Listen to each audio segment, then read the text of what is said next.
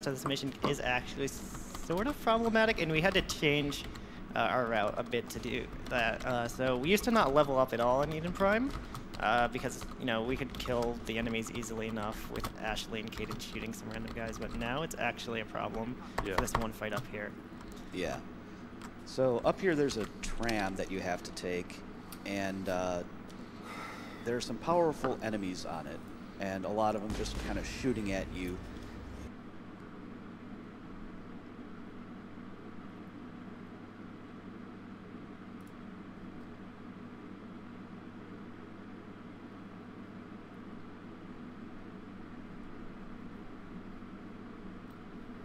There we go.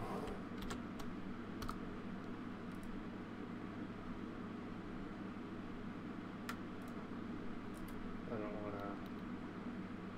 Like, what's the fucking category?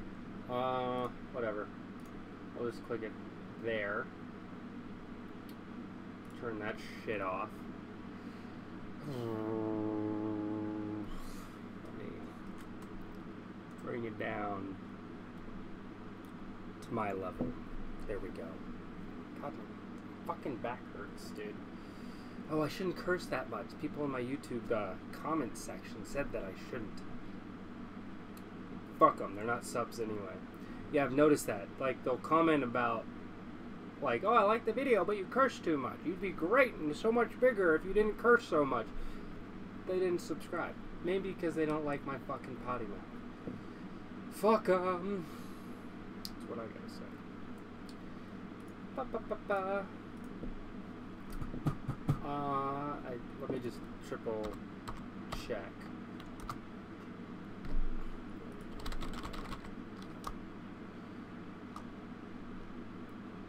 Frostpunk. Frostpunk is easily one of the greatest games I've played this past year.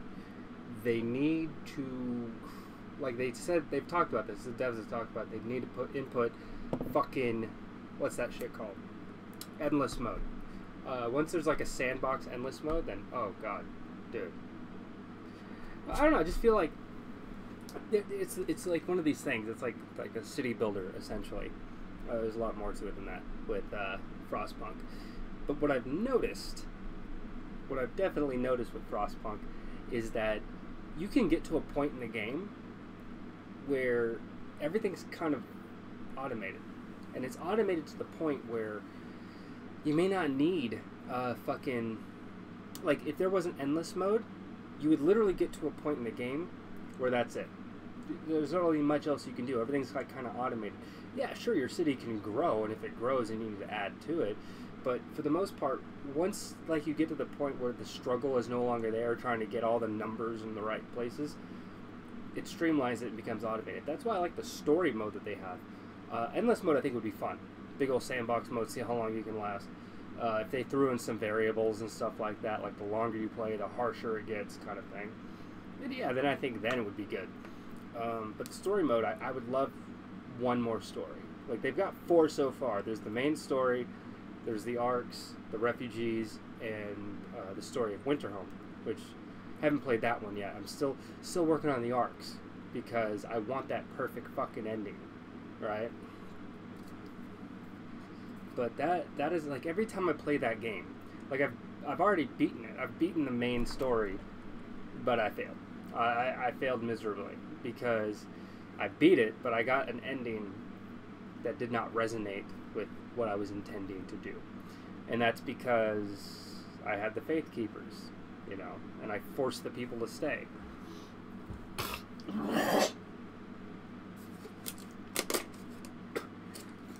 That game is really hard. Like, to do everything in Frostpunk in the main story, to do everything right, to where, like, I don't know how to, like, I have no idea how to quell the Londoners.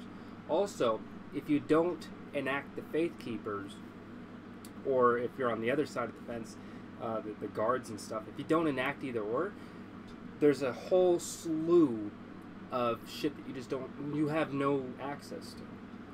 And people have, I've looked online and people have different tips and stuff, and some people say activate the beacon as soon as possible. Like, get the beacon built within the first day, 2 days if you can, and start sending people out.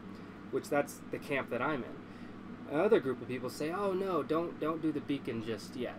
I say, do like wait off on the beacon for at least almost a week. Like after the first big chill, then do the beacon and start sending people out. You need the fucking beacon. TJ, my dog, what's going on? How have you been, dude? I don't care, Discord. What are you doing? What is going on, man? Welcome to the program. It's been a while since we've had you. I'm gonna jump in the voice channel on my Discord, so if you want to jump on in and say howdy, we can start talking some shit. But yeah, I've been good. Been busy. Oh, so busy. And I'm going to be even busier tomorrow. Tomorrow's going to be one hell of a fucking day. Actually, since I bring this up, just grab it.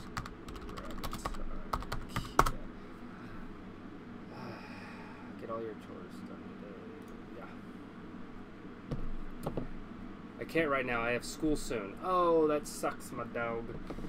I'm actually going to check some. So I have this big job tomorrow with TaskRabbit, and I just thought of it. You know what? I can kind of go on because I'm in the app, and it doesn't really tell me specifically the thing I'm working on. It kind of gives me a rough option. You know, it gives me like a rough indication, and it gives me a price point. So what I'm going to do is I'm going to...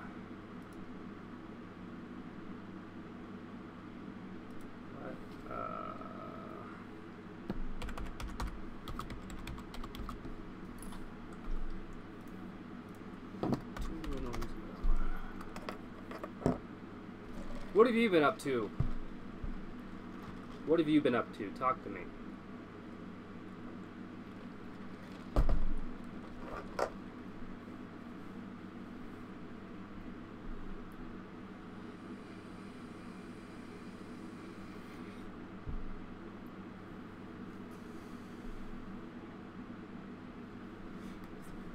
Alright, this is for, let's do living rooms. Oh, the Calyx, I love putting those together, man. Those are so fucking easy. The Calyx cubes, dude. That's where it's at. Yo, Mace. Jesus fucking Christ, you scared the shit out of me. You have those alerts when people come in your room, man. What's up? What's up? You must turn them off for like politics room or something where people are just jumping in and out by the thousands. Dude, politics room is fucking ridiculous. Like I don't mind going there. I still haven't seen you in Flat Earth Discord. Flat Earth 24/7 Discord. You should jump in there. Because I've been busy. I probably should. You said there's a vetting process, though. And that's... Yeah. I know the people. They don't care. It's just like they ask you, like, fucking, is the Earth flat or round? If you don't know, you don't know. That's it. I mean, I'm not. I know. Yeah, they'll just give you a new user role. Say, I'm just here. I'm curious. I don't know what's up. Yeah. I'm ready. What color pill would that be? The flat Earth pill. What color pill is that? A green pill? Green for Earth? Green for Earth? Yeah, that sounds right. What have you been up to, dude? I'm trying to stay out of trouble. My dog's giving me some shit right now, so if he starts barking, excuse the dog. But I got another bubbler situation at the house over there. I was laughing my ass off. Bubbler? Yeah, the HOA said I have a bubbler exposed, and then the property management company. Wait, what? Yeah, a bubbler. Don't you want it exposed so that it can... Yeah, there's no plant. It doesn't go to any plants. I don't know where this one is. It's somewhere different, but I think it might be in the backyard or something. But yeah. Wait, the backyard? How would they have any business of what's knowing? They can't like they can walk on the sidewalk, but that threshold that from the sidewalk to the damn driveway, they can't fucking go past that. Fuckers, you should get them for trespassing. Right. It is opening up the back, but I don't think that's where it is. It might be in the front. I'll send you the picture. You might have as good a guess as I do. I'm sort of confused, but it's kind of funny. They circle this one bubbler sticking up out of the ground, and it's like, so the property management company calls me and like, well, I don't know what you want to do about this. And I'm like, well, okay, let me look. And so she sent me the email. I'm looking at this one bubbler. I'm like, okay, a pair of scissors and a plastic clip. Like, the homeowners can't do this. Like, they can't cut a cord and put a plug in it. Like, what? All right, real quick, I feel you there. It's like a very easy thing. Pretty sure anyone can do it. However, as the landlord, you know, it's not their responsibility, you know.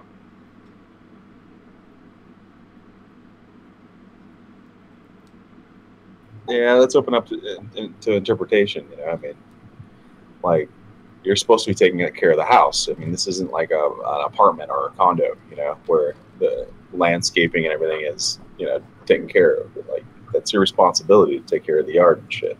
Oh, definitely with landscaping, but if it's like a bubbler is like essentially infrastructure for the house, right? I would believe that would fall under a different category. Like, that's not something that they're not responsible for the infrastructure of the house, you know? Well, there obviously was a plant there. They were responsible for the plant that was there.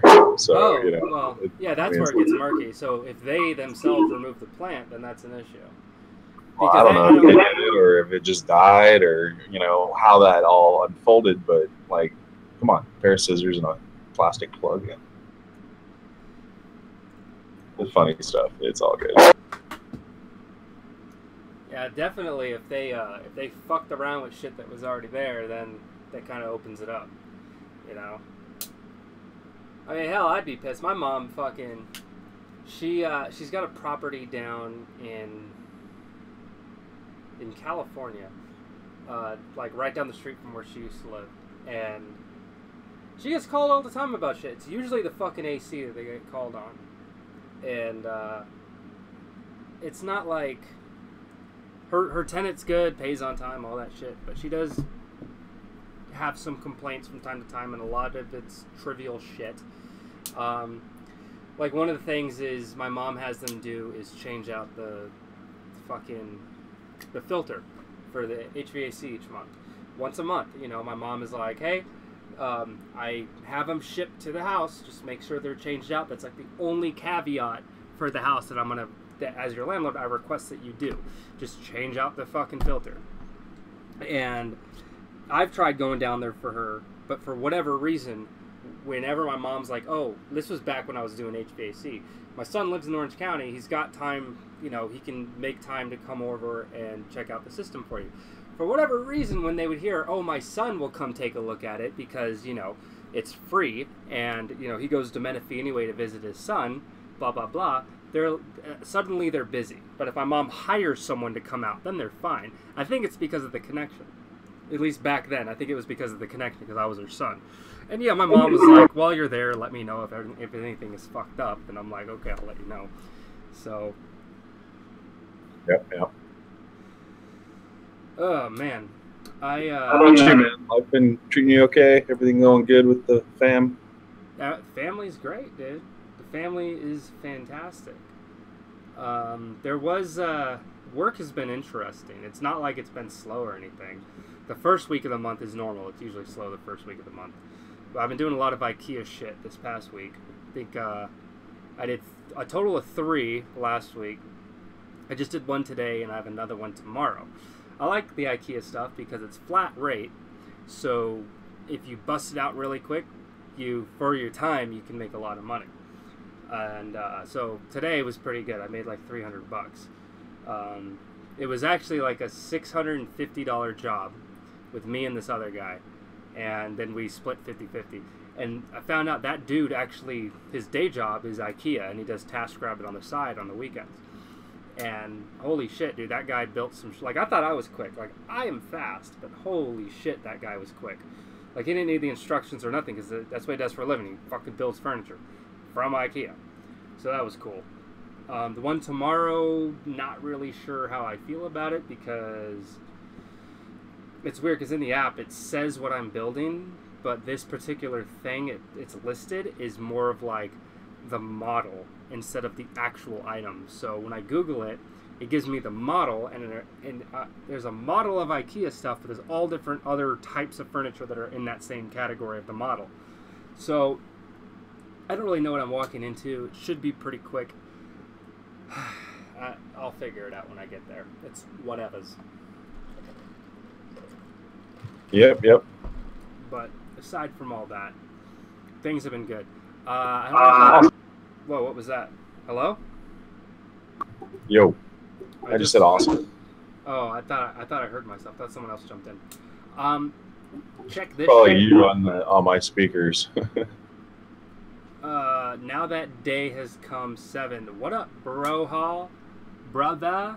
What's up, my dog? What's going on? Welcome to the stream. We love having you here. Join the conversation, of course. Sorry, I just now saw that. I didn't have my chat open, but hopefully you're still around. If not, oh the fuck well. Anyway, so yeah, looking to install a wood floor up in Hermosa. Had a nice. conversation about light being photons or wave today. You name it. A little bit of this, a little bit of that. I actually got a negative review. The first negative review I ever got on TaskRabbit happened, I think, like a week and a half, 2 weeks ago. Did I mention that? Huh? No, but I got a bad review on Airbnb, and it just totally pissed me off because they were like a mess. Oh, I was like, you first. Tell me your story, and then we'll go. Well, they're people from a different country, and they're like, oh, I fuckers. don't know what their standards were, but they 3-starred everything. They just What? They didn't leave any comments, but they just 3-starred everything, like communication 3. It's like, what are you talking about? I talked to you like 10 times. Communication, just every category. I don't know if he just wasn't paying attention and just whatever, but yeah, it just kept going 3-star, 3-star, 3-star. I was like, Jesus. So basically anything below a 5 is a negative review. Yeah. I mean, you want to maintain your 5s. I mean, I charge a lot of money for my place. I take pride in it. I work hard to keep it clean. Anyway, I'm pretty passionate when it comes to reviews. I'm kind of that mindset where if a place is okay, I don't leave a review. If it's like what I expect it to be, I don't bother leaving a review. If it is above or well below, now not below my expectations, if I go to a place and it slightly irritates me, it's probably not going to get a review from me. But if they stand out as being so inept at doing their fucking job, then I'll leave a review. So it's either one or two extremes. Either it blew my mind at how awesome it was, or it blew my mind at how god-awful shitty it was. So, and it's very different too when it comes to like the gig economy stuff. So like, for example, to some extent Airbnb is one. Never stayed in one, so never did that. But like Uber drivers I've rated before. I've given positive or negative reviews to them.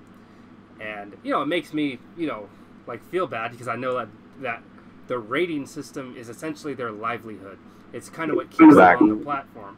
So I know that all it takes is me giving a 1 star and it throws their metrics off. They could have they could have done like 100 rides. They could have like, but you leave that 1 star, that sticks out like a sore fucking thumb. Even a 4-star sticks out like a sore thumb. When I was doing all the other stuff, like the Postmates and DoorDash, my ratings were always relatively good. But on TaskRabbit, it's not like a star system. It's either you love it or you hate it. It's a thumbs up or a thumbs down.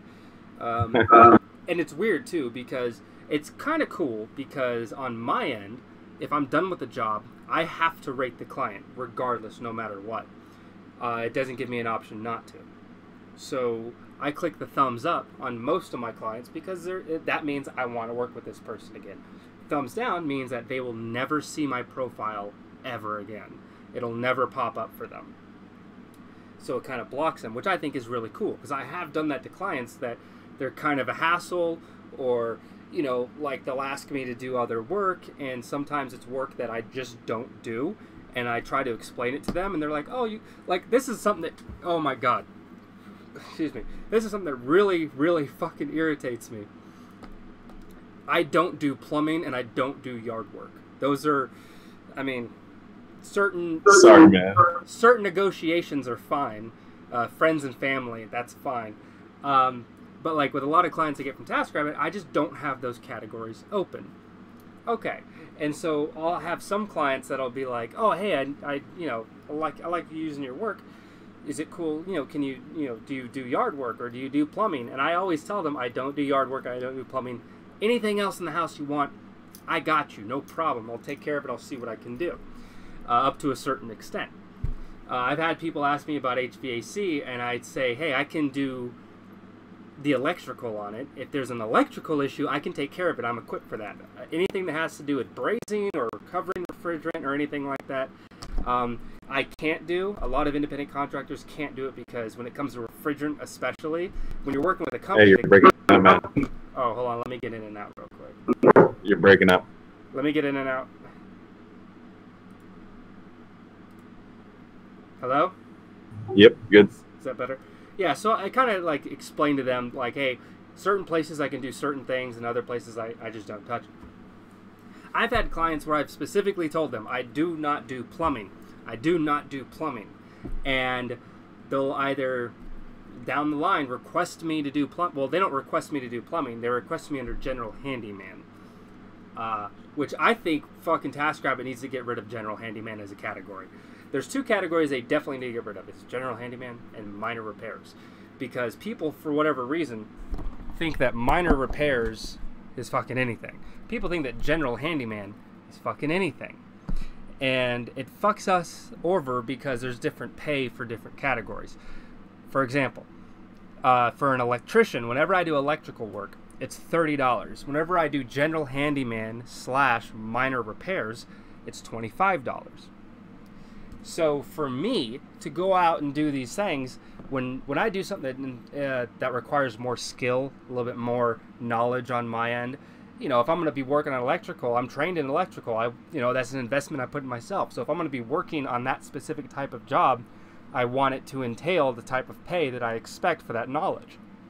Because if you were to hire, go on Angie's List or some shit, you have to pay them $60 fucking an hour with a 2-hour fucking minimum. Okay? So for me to come out for $30 fucking just for an hour, maybe even 2 hours, you're saving a fuck ton of money. But I digress. It's not the client's fault so much. It's TaskRabbit's fault because they're the ones that have the system set up the way that they do. Anyway, this goes into my negative review. This was a shit show.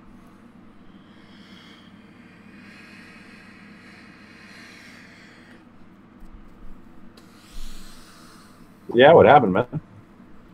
Okay. So here's what happened. This guy,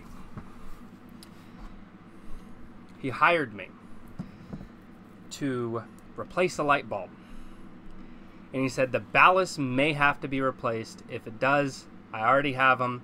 No problem. But that's just in case. But I just need the light bulb replaced. And I'm like, replace the light bulb. And I'm like, all right, fine, whatever.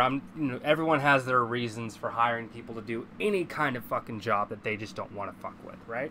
I get it. That's why I'm there, to take care of it. I go there. I can see why this man had difficulty. He tried changing out the light bulb. He could not change out the light bulb. The problem with changing out the light bulb, it was one of those long fluorescent tubes, and it was in his kitchen. The light fixture, it wasn't drilled up, into the ceiling and all that stuff. It was built into the ceiling. There was a hole cut out.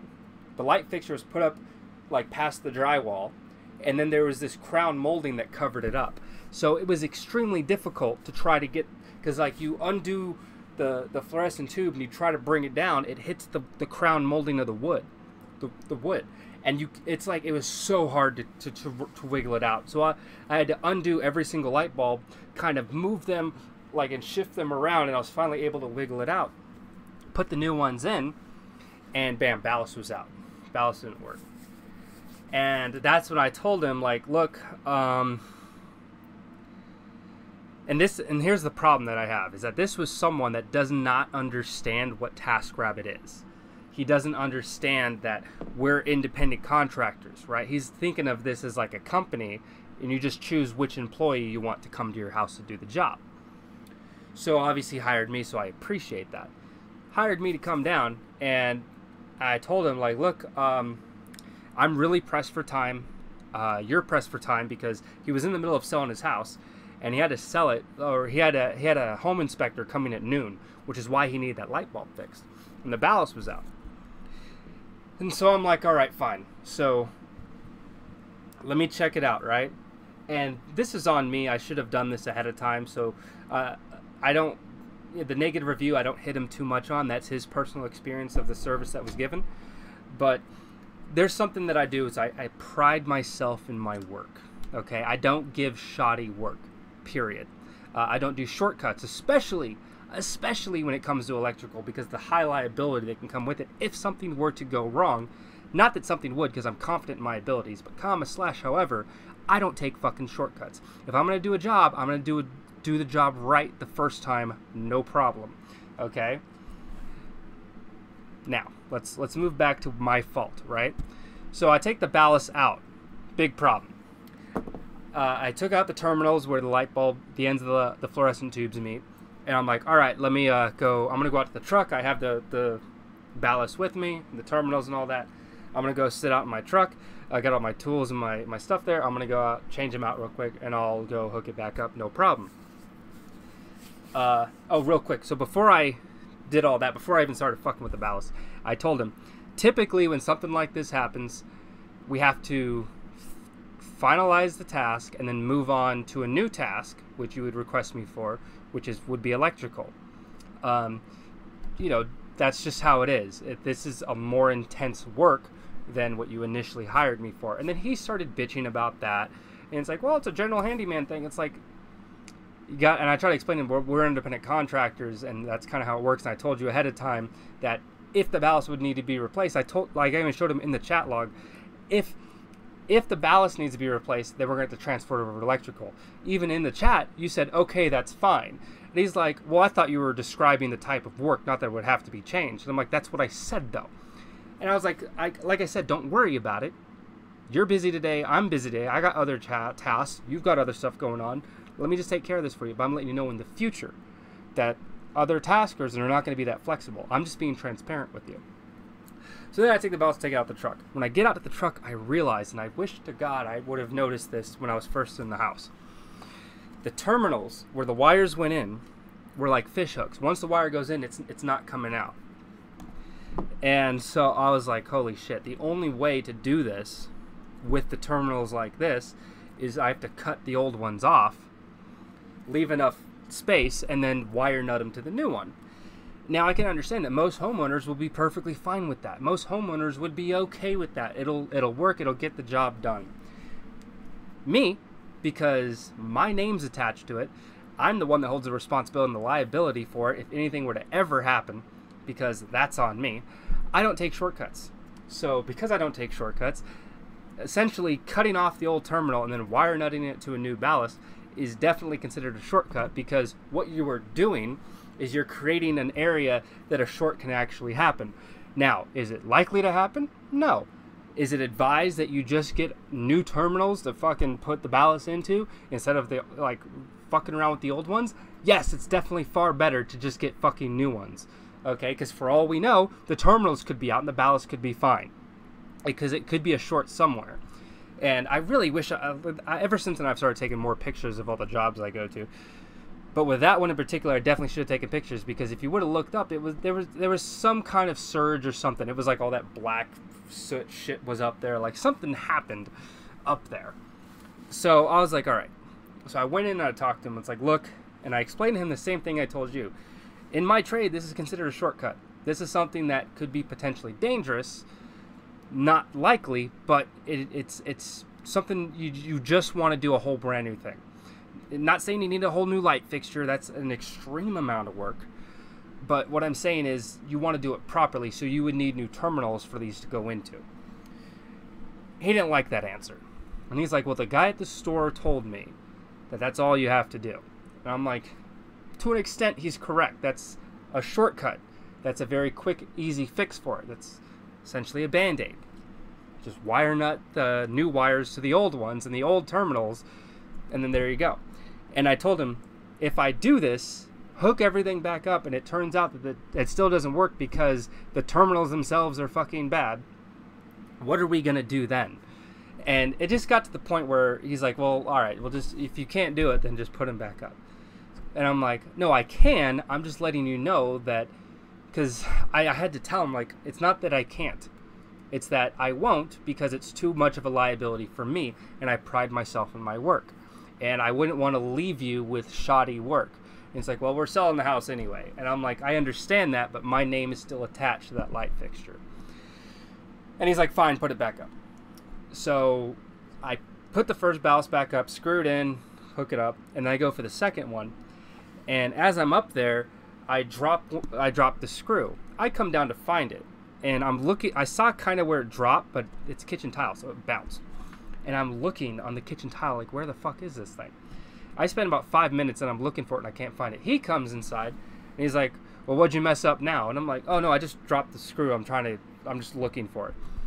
And it's like, well, I saw you on the ground for like 5 minutes. Did it really take that long? And I'm like, well, I dropped it, and his floor was a fucking mess. There was like crumbs and shit everywhere. But that's besides the point. That had nothing to do with it. Pulled my magnet out, got up in all the crevices and edges. I couldn't find this damn thing. And he was like, you know what? Don't even worry about it. I'll figure it out. I'll find it, right? And I was like, are you sure? He's like, yes, I just don't want you here anymore. You're good. I'll figure it out. And I was like, okay. And I left. And oh wait, hold on. Speaking of TaskRabbit, I just got hired for something. Hey, congratulations. So the guy gave you a bad review after all that, huh? That's disappointing. You know, you try to work with people, try to do, everything you can for them, and still don't appreciate it. It's like, all right. Sometimes you just run across people having a bad day. It happens. Well, yeah, that's the other thing, too. That's why I'm not freaking out about the review, because once again, that's for his experience. But anyway, so, oh yeah, I was trying to go in to read this out loud, because he, what was his, I can't remember his name. Oh, I remember his name now. I just don't want to say it on stream. Where is it?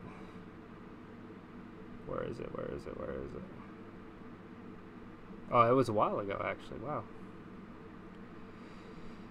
All right. So I charged him for an hour and a half worth of time, because that's how long I was there for. And on the platform, when you hire someone, it says, hey, it's a 1 hour minimum and 15-minute increments after that. And I was there for an hour and a half. And a lot of the time I was there was talking to him, because he was so stubborn, and he was one of those clients where I would be in the middle of trying to explain something, and he would just interrupt me, and he would just like try and finish my sentence, and it's like, just stop for a minute, listen to me. I'm here to help you. It's in my best interest to help you. If you were to hire a regular electrician, they would spend half the time they were there trying to sell you something. I'm not trying to sell you jack shit.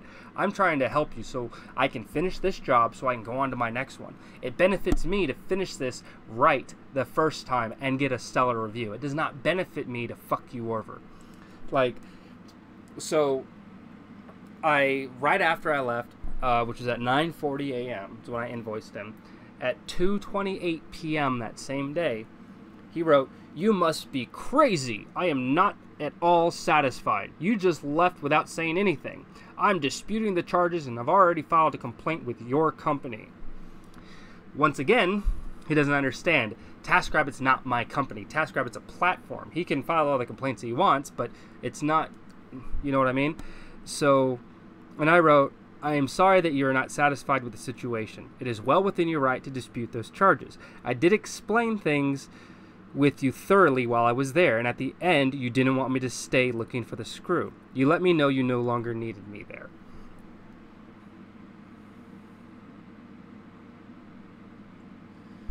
And hold on, someone wrote something on YouTube. What video was that?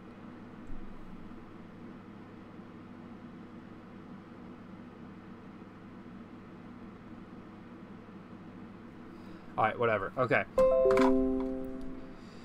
So that was a fucking headache. It really was. And it's interesting because it's like, for some reason, I think in the last month I've had more issues with clients than I have ever had before. Like I get good clients. Normally, you know, I'll be able to do the job, no problem. Like I don't stretch myself beyond my own personal limitations. There have been times where I've been on jobs where and this is another problem. This is another problem that I have is clients not being transparent about the work that needs to be done. That's something that really fucking drives me crazy. I'll get on that in a minute. Let me get back on you. As a homeowner, like obviously that's a scenario that you wouldn't want to be in. You know, obviously this individual, he needed work done and he needed work done quickly. I'm perfectly fine with his review being the way it is. It doesn't make me happy to have a negative review, but that was his experience. So, I don't know. What's your takeaway from all this? Because I you know, it just is what it is. Yeah, it just irks you when people, when they lie. You know, it's like I can understand people not having the experience they expected because some people have higher expectations, and that's fine. You know, that's to be expected. You know, I'm not going to please everyone. It's just not the way it's going to work, right? And you know, sometimes things aren't going to be perfect, so to speak, and they're not going to work out. So I know that that's part of the deal too. But when they lie and when they start making shit up to make you look worse, and then coming after you like you wronged them, that's a whole different ball game. And it's just offensive and it's silly, and people lash out like that all the time, just because they have so much other shit in their lives that is going wrong. So they feel like they got to blame somebody. It's like, yeah. That's another interesting thing is that. Because it filters back into the whole not a lot, but there's a big selection of clients that I get that don't really understand what an independent contractor is. They don't understand what TaskRabbit is and how the people work on it. The easiest way I describe it is like TaskRabbit is people offering up services for anything you may need. If they don't have experience in a certain category, they do not turn that category on. I have certain categories turned on because I have experience in those fields. Prior to coming out to a job, the client tells me what they want done. I ask them questions about the work that needs to be done, and depending on the nuances of that task, I go to a certain level of depth with that given conversation. And there are times where people are like, they go super deep and they let me know all the information I need, and it's great. And there's other times like this guy where, he kind of sugarcoats it and doesn't tell me like, oh, well, actually it's a little bit more complicated because I tried getting the bulb out, but I can't because the way that light is built into the ceiling rather than mounted to the ceiling. Like little things like that. Had I known ahead of time, like, hey, it's built up into there, I don't want the light fixture changed out, the ballast might be bad. These are things I want to know ahead of time. And, I take these all as learning experiences. So since this job, I've always been thorough with asking clients stuff. Now what I do is not only do I take pictures of jobs that I go to more often than I used to, a lot of times now I request pictures. Some jobs I can't because I do work with a lot of homeowners that have tenants, so they're not physically there to take the pictures, obviously. Sometimes some are cool with their tenants and they get their tenants to send pictures and stuff, whatever, blah, blah, blah. But at that job, I didn't even mention the fucking wife. The wife, I want to say, irritated me. Not like, oh God, Windows, shut the fuck up. Oh my God. The wife didn't make me mad, but she did, like, she was like her husband. She just wasn't listening. So when I told them both about the terminals, like, hey, the best thing to do is to also replace the terminals. That's way it's not shoddy work. And she's like, is that something you carry as standard on your truck? And I was like, well, no. That would have to be something that you guys would have to provide. Or I would have to go get one and expend it to the task. And she's like, well, why don't you carry that as standard? And I was like, once again, independent contractors, we don't load up our truck with a bunch of supplies and go out to a job. I don't do electrical jobs every single day. I probably do 2 or 3 a week. And it's like they just don't get it. Like, I'm doing a slew of different types of jobs, but I'm not doing the same job every single day. So they think they're hiring from someone for electrical work or whatever. They think that person always does that one thing. And I've had this one guy, he got mad at me because I didn't have batteries with me. It's like, well, you should carry Yeah, batteries. you told me about that one. It's like, what the fuck?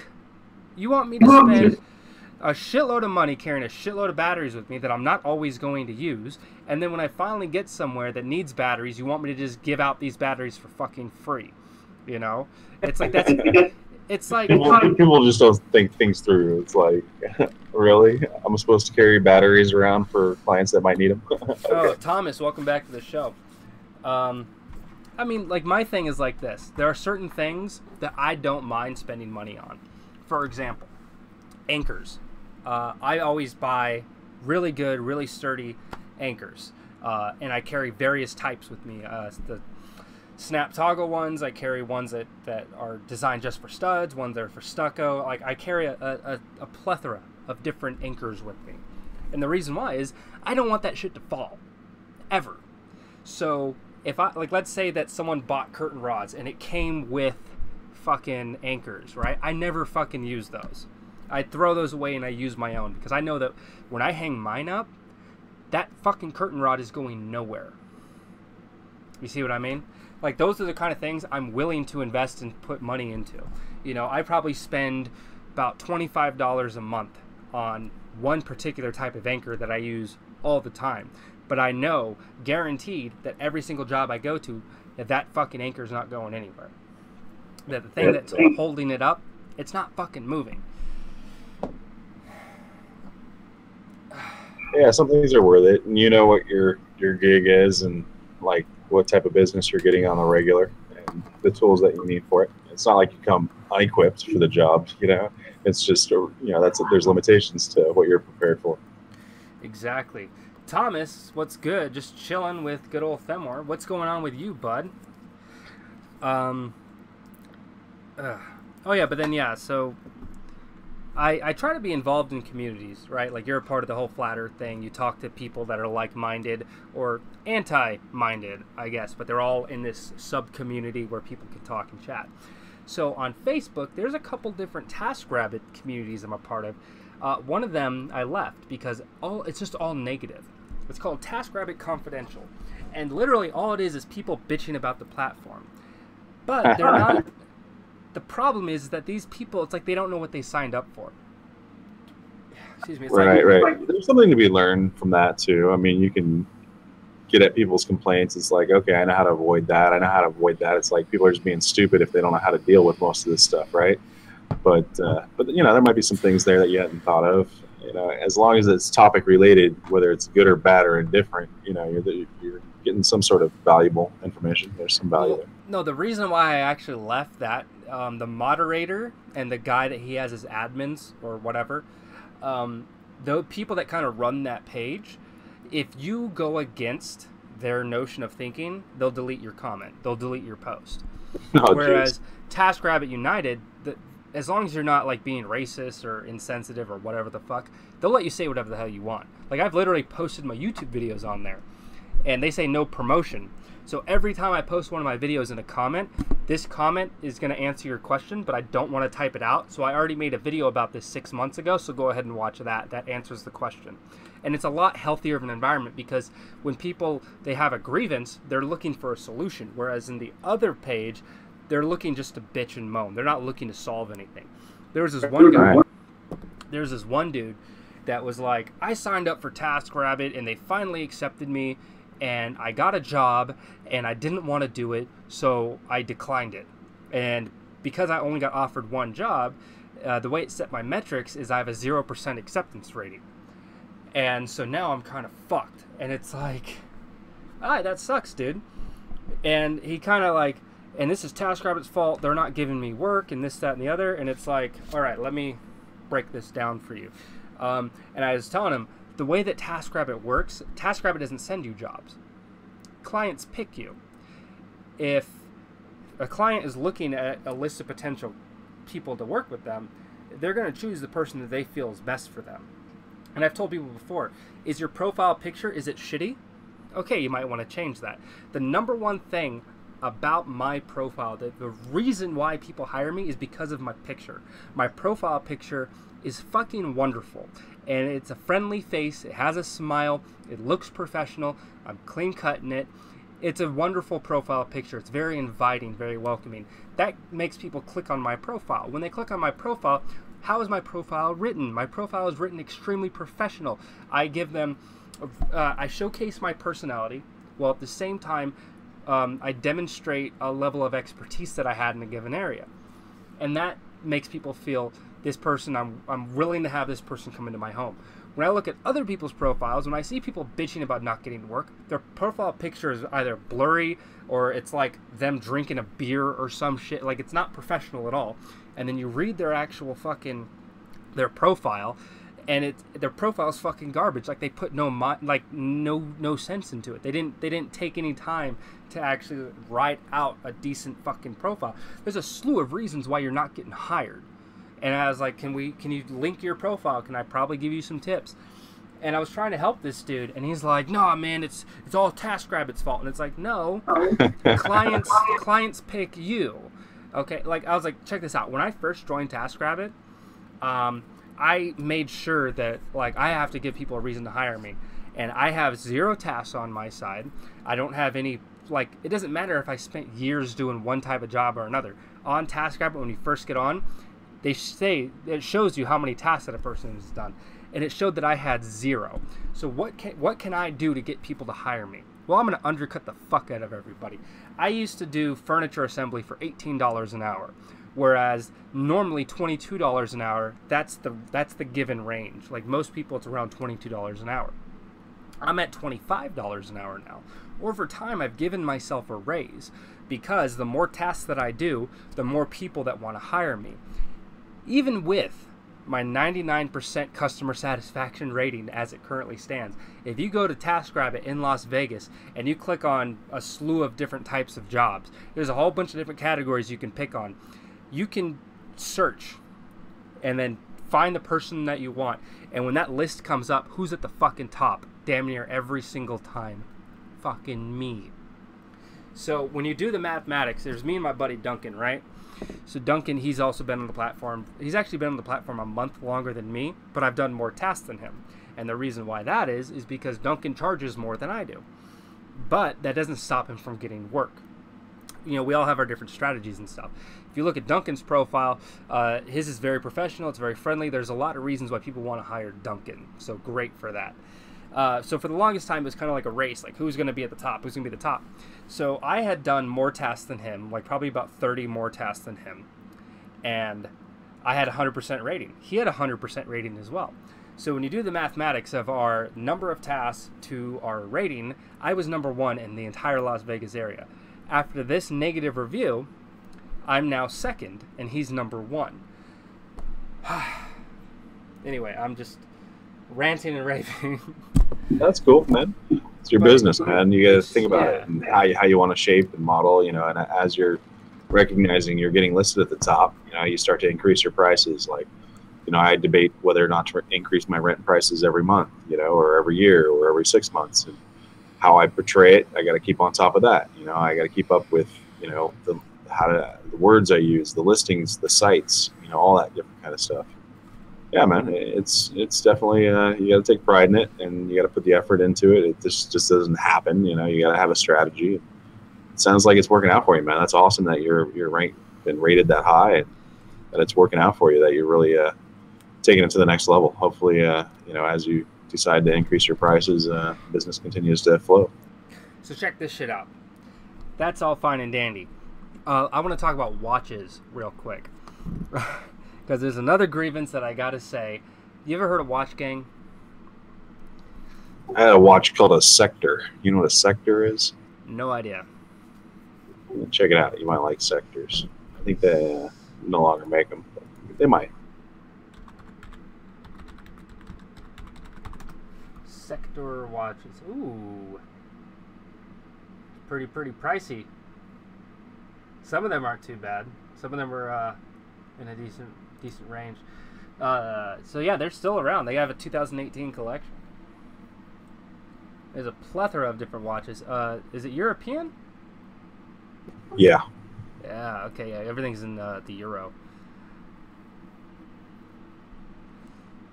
Some of these are a bit too busy for my taste. Let me see. Oh, when you scroll down, they get better and better. These are dope. Yeah, I like that one right there. Okay, so check this. Oh, wow. Holy fuck. Hold on. That's a nice looking diver. Hold on. Let me click on that bad boy right quick.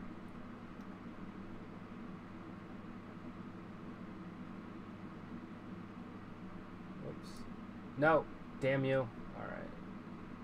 Yeah, it's kind of sporty looking. It's a diver, clearly, but it's definitely got like some race car inspired stuff in it, so that's pretty dope. All right, so let me talk about watches real quick. I'm not going to go on a tangent on watches, but I do have a couple things to say about them. So check this bullshit out. Labor Day, they had a deal for Watch Gang, free watch, just pay shipping, and you get at their bottom tier, which is like their $30 a month tier for watches. And you get a watch that's between $50 to $100. It's usually going to be a $60 to $70 MSRP watch. Now they pay a lot less for these watches. There's a whole huge economic thing I can go into about how they get the deals, but they're paying like wholesale fucking prices for their watches. So here's the thing. Here's the thing that irritates me about them. This watch right here that I'm wearing right now is a Timex chronograph. It's the Weekender chronograph. I love this watch. I got this for my anniversary from Fake Wife. Let me show it up on screen real quick. Wonderful, beautiful watch. The chronograph part's a bit busy. The chronograph function doesn't even work properly on this watch. I needed to take it in to get it serviced. It came like that. Given said all that, I still love this watch. It's a wonderful fucking watch. I like watches that a little bit simpler, not so busy, but for some reason, I love the feel, I love the make, I love all of it, right? That's this watch. I wear this watch more than any other watch that I own. Love it. This other watch, this So & Co. New Yorker, it's a diver. I've always wanted to own a dive watch. Not that I'm going to use it, but I like the aesthetics of it, I like the way it looks. So that's right here. You'll notice that there's no metal band on it. I'll get to that in a second. Wonderful fucking face. The face of the watch, the part that I'm holding now, the watch part, it's fantastic. I love it. It's fantastic. I love it. There are some issues with it. Once again, when you get into the bargain price, below $100 watches, there's going to be an issue here or there. The number one issue with this watch is when you look at the actual magnifying glass part over the date complication, which I love the date complication, by the way. It's crooked. You know, it's whatever. It's not the end of the world. You're not looking at it eye level all the time and seeing how fucking crooked it is. You're usually kind of glancing at it like that, you know, so it's like whatever. But it is crooked and it kind of irritates me. But that's not Watch Gang's fault. That's this watch's fault, the company So & Co. Why is there no metal bracelet on this thing? Well, there's no metal bracelet on this thing because the metal bracelet that comes with it is fucking garbage. You take links out of your metal bracelet to adjust it to the size of your wrist. Okay, so I got this watch and it came with all the links on it, so it was way too big for my arm. So I waited another, like, week until I got the little remover to remove the link from it. Right, so I ordered one of these off of Amazon and removed the links from it, no problem. And then I sized it to my wrist. It's way too tight. So what did I do? Hey, what's going on, Memeba666? Chilling. Good. How are you? So then what I did is like, wow, that's really tight. Let me throw another link on. It was way too big. It was flopping around all over the place. So either it cuts off the circulation to my wrist, or it doesn't stay still and it just wobbles all over the place. So I was like, you know what? I'm not mad at fucking Watch Gang. I'm mad at the company because the bracelet that came with this is total garbage. So what did I do? I bought a NATO strap for it, which I don't have in front of me, but I bought another one of these awesome NATO straps. They're wonderful. I love them. Oh, okay, Tom. What's up, bud? So I was like, all right, let me put a NATO strap on this. Can't put a NATO strap on this because if you look here, I couldn't find any NATO strap that would actually fit through the links on this watch band.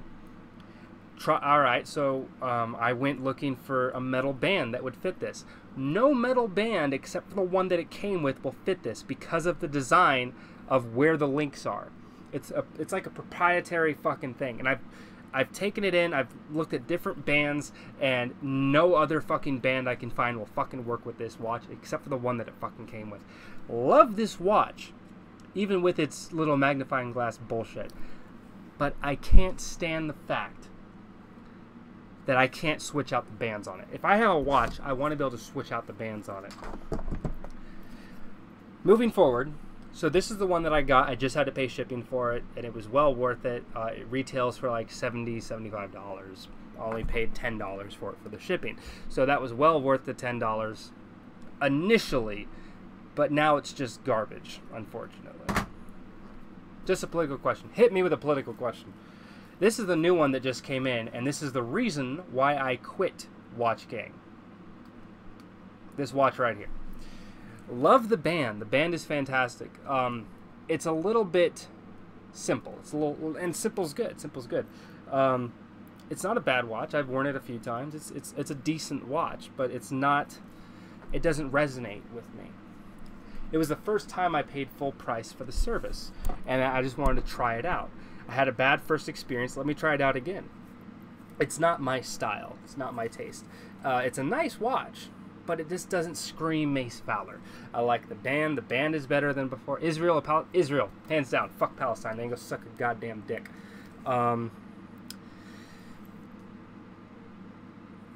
Anyway, but after I get in this watch, I realized, so there's a style profile that you have to fill out when you join, and it basically says what type of watch, what type of band, like it goes into this whole style of a watch, and you kind of basically, it gives you an idea of what you would want.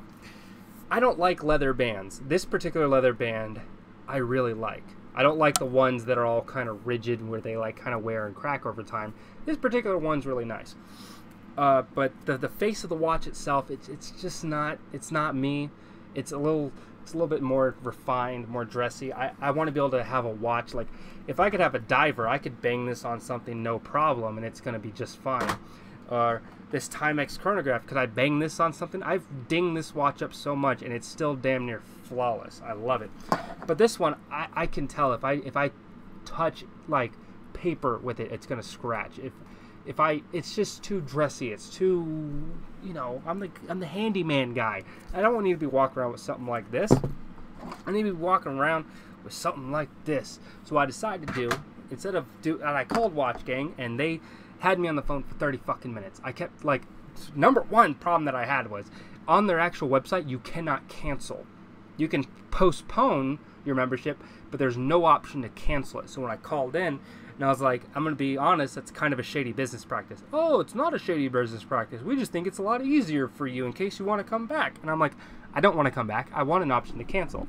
And so he's like, okay, we'll get you set up right now. And then he started going into this whole fucking long thing and reasons why I should stay, this, that, and the other. And I was like, look, at the end of the day, the service just isn't for me. I don't like spending money for watches that when I get the watches, it's not my style, it's not my taste. I just don't want any part of it. And more so to the fact, he also mentioned, well, the companies that we try to do get you watches with, these companies are, you know, they're kind of up and coming, trendy stuff. And I'm like, no, these are guys like both of these watches. You can get the same exact equivalent on AliExpress right the fuck now for a fraction of the cost. That's insane. Okay, these preppy fucking watches are just Chinese knockoff watches with what's it called? Private label. It's the company's name on a watch that is completely generic. Love this watch, but it's a generic fucking watch. I like this watch. It's a generic fucking watch. I thoroughly love this watch, and it's from a reputable brand that's been established for a very long time. And talk shit about Timex all you want, you know, you can. There's a lot of things you can say. Say Deus Vult. Sure, Deus Vult. I don't, God something. Yeah, so it's anyway, that's my fucking rant on watches. I'm sorry you had to fucking sit through that. Jesus.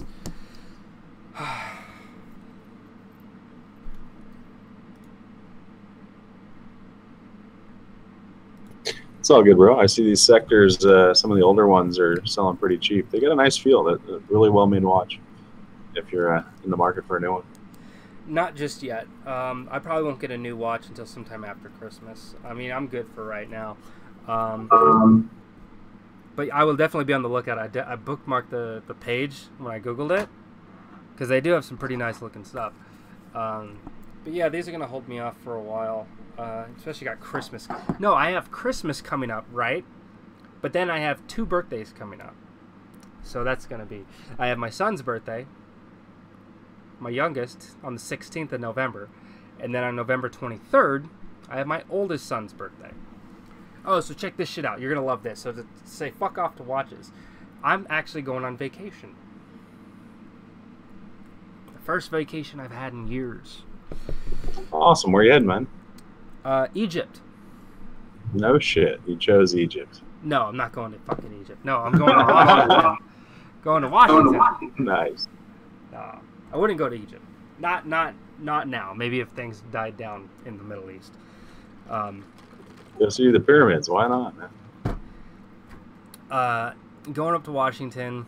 I leave on the 20th, and I get up. So check this out. There's no people in Egypt. I leave on the 20th, and I arrive just in time for my mom to pick me up, and for us to drive from the airport back home just in time for my son to get out of school. So like right when he gets off the bus, we'll be able to see him. So he has no idea that I'm coming up. So we're going to surprise him with me. And I've done this many times before. I've driven out, you know, when he lived in California, I drove out to California and surprise, you know. So yeah, I think it's pretty awesome that I'm able to do this with him. So he's going to be stoked. And I get to spend Thanksgiving with my family, which Thanksgiving is my favorite holiday. I love the whole family coming together, cook good food, eat great food, be thankful for whatever the fuck. It's great. So I'm That's awesome. A lot of your brothers and sisters are going to be there? Not all of them. Yeah, remember, I have 14 siblings, so they're kind of all over the place. Yeah. I just meant, that's why I said a few of them. Yeah. I know my little sister will be there. My older sister lives in New York, so I don't know if she'll make it out, but we'll see. Those are the 2 I grew up with, so. Okay.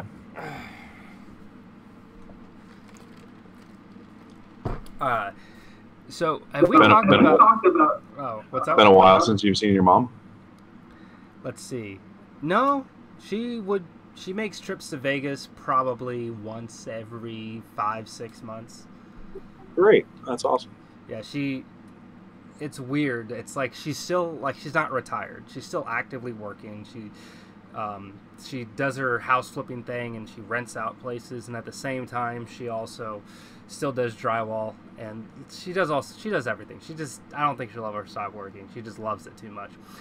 But when she's not working, that's her excuse to fucking, well, let's go to Montana, or let's drive to California, or let's drive to Mexico for a week and hang out. Like, you know, she's doing what she got to do, so good on her. That's so cool. Yeah.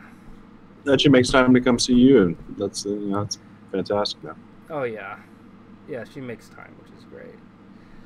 So, fucking hell. What else? I had my pops come out and visit me. He hadn't done that in 20 plus years. Oh, no shit. Yeah. Were you usually going to him, or?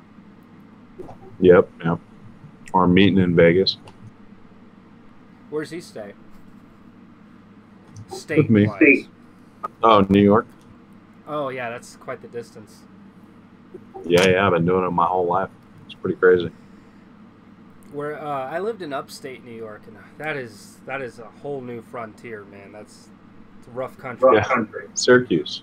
That's where, oh fuck yeah! From Syracuse, okay, yeah, go Orange. So there you go. Syracuse, that's up and coming. They were doing it, like, they've always been doing construction down there. But when I was, every time like the weekend would hit, or we'd have a 4-day, we used to go down to Syracuse, hang out, because there ain't shit in Watertown. Right. So, God, Watertown is just such a. If you want to talk about garbage places in the United States of America, Watertown, New York is definitely fucking one of them. Oh my God. How'd you end up there? The Army. Fort Drum. Nice. It's like we used to go out to the clubs and stuff, and have those ratchet ass girls, and we would call them the Watertown Water Buffalo, and the bars would be the watering hole, and those bars were something else, man. Like privates, man, would do some of the stupidest shit. Like they would just when you first enlisted, where were you? New York. Well, all right. So I did my basic training in South Carolina, did my advanced individual training in Fort Lee, Virginia, and then my first duty station was New York. And I was in New York for a year, deployed for a year in Afghanistan, came back, spent the next 2 years in New York, and then the last year I was in was Uijeonbu, Camp Red Cloud, South Korea. Awesome. And I never thought that I would miss New York until I went to South Korea. And it's weird. It's not the country. I like the country of South Korea. I mean, hell, I would go back to visit, like vacation. That'd be great. It's a wonderful country, great culture. It's fucking beautiful. The smell when you first get off the plane is a little something else. But holy shit, dude. The country itself, especially when you get away from the big cities and you kind of go off into the country land or the country, or like off the beaten path, and you get away from civilization. It's just gorgeous. It's breathtaking. It's intense. The problem I had with South Korea was my leadership, because I thought that, man, my NCOs at Fort Drum, they suck. And then I get to South Korea and I'm like, oh my god, I wish I was still at Fort Drum. That was so whole different ballgame when you're in somebody else's homeland, When you're stationed in somebody else's house, it's a different story. No, it wasn't the problem. The problem was the leadership I had. Sergeant First Class Morris was a dickhole. You said that you were starting to look at my YouTube videos. I have a whole YouTube video talking not just about that motherfucker, but it's why I left the Army. And the number one takeaway from that video, and I still got comments on it all, like that video is probably the most decisive in my comment history. So I got comments in that video where people are like right on board. Like, I see what you mean, man, toxic leadership. And then I get other guys that are the reason why I got out. You have like these people that are still in, or people that were careers and they're out now, but they're retired and all that. These are people that like will comment like, stay the fuck out of my army. We're glad that you're out, you piece of shit. Or they just talk fucking mad shit. And it's like, this is why I left, is because there's no sense of brotherhood anymore. It's like, oh, I didn't do the same exact job as you, so that makes me a piece of shit. Or I felt that my leadership was toxic. I gave examples how my leadership was toxic. And then you think, well, you just don't have thick skin. It's like, dude, no. It's like the military should be about coming together in brotherhood. I'm not saying that leadership should go lax and fucking let fucking lower enlisted get away with murder or anything. God, no. If someone's acting dumb, they need to be punished. There was so many, like when I got demoted, I was fine with it. It sucked, but I understood there was consequences for my actions, and so I fucking took it like a goddamn man. That's not the problem that I had. The problem that I had is that the NCO that wrote the counseling statement that got me my Article 15, no hard feelings. None at all. He was a damn good leader. He pissed me off quite a few times, but at the end of the day, he was doing his job as an NCO. My captain, the guy that read me my Article 15, Captain Gregory, one of the best leaders I've ever fucking had the entire time I was in. Sergeant First Class, First Sergeant Roan. First Sergeant Roan was a hard-ass motherfucker. But at the end of the day, he was the best first sergeant that I ever had. You know why? Because because when something happened, he knew how to play tough love. He didn't pick favorites. The Army's the Army's the Army. We're going to fucking do shit by the book. We're going to get it done. He was a man of conviction, and I respect that. May not have liked the guy that much, may have thought personally this guy's kind of an asshole, but at the end of the day, I respected him as a leader because he did what he had to do as a leader and he did things right. But then when I went to Korea, it was just fucking corruption and fucking lying. Like, you would have NCOs that would make up reasons to give someone a counseling statement. Like, when I was in, like, our Sergeant First Class Morris was such a piece of shit. Like, he would just come up with reasons for people to get in trouble. Like, you would have someone doing nothing fucking wrong. It's like, oh, you looked at me funny. That's a counseling statement. That's disrespect of a non-commissioned officer. It's like, what the fuck are you talking about, dude? Like, he was so, like, out of his mind, crazed with fucking hunger for power. Like, that's what this, like, he was not even a man. He was just a fucking piece of shit with a lot of rank on his chest. Fuck him. No respect for that guy. None at all.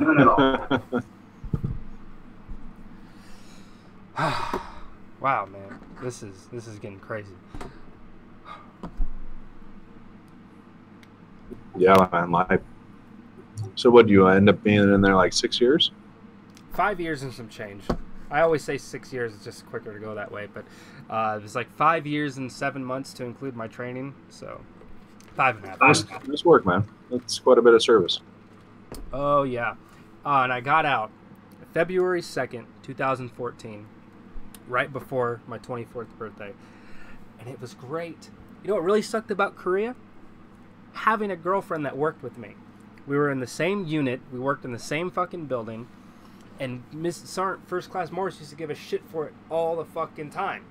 You know, we didn't even work, like, I worked on shift. She worked in the admin office, which really fucking irritated me. But I knew the reason why he had her work in the admin office, because when she was wearing her cook whites, her ass showed quite a bit. Because she had a pretty big ass, and she was a petite girl, so it was like one of those things that kind of stood out. And like this piece of shit. You ever seen the movie Down Periscope? No, haven't seen that. Was that like a comedy? Yeah. One of the first scenes, there's a female on the submarine, so they shrank all her clothes. She's got all these clothes that they got. All of her clothes are shrunk. It's hysterical. Oh, real quick. Her tits and ass are hanging out. It's fucking funny as shit. Oh shit! What's that? Tomorrow? See, this is the thing that I hate about TaskRabbit. So I got hired by this chick named Claudia.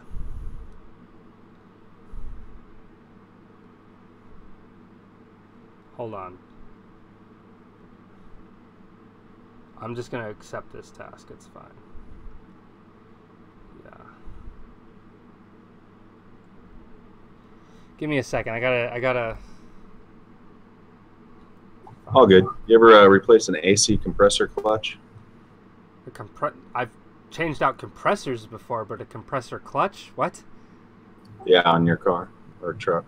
No. Oh wait. Oh, on the car. No, not on the car. No.